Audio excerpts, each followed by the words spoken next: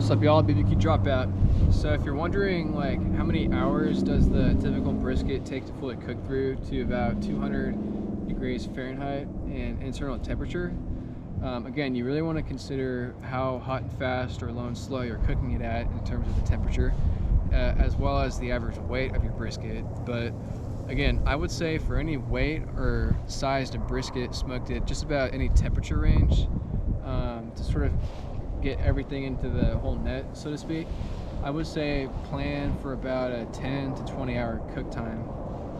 Give or take, give or take about another hour or two to prep the smoker and everything else. But really, the single most important thing for smoking any kind of brisket, no matter how hot or fast or how low and slow you're cooking it at, or how much it weighs, is when you pull it. So when you have a toothpick or a meat probe or something, make sure you can slide it in and out of the meat with zero resistance. That's how you know it's done.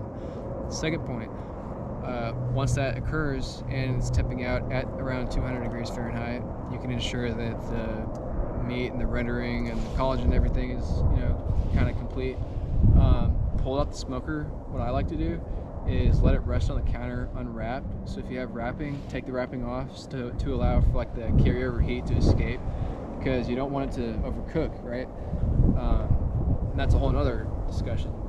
But once it's temping out at 200 degrees Fahrenheit and it goes in and out into the meat, the probe, or the toothpick with no resistance, let it rest inside of a cooler or a warming oven, and then sort of let the internal temperature sort of soak back down to about 165, and then that's how you know the brisket's done and it's been rested properly.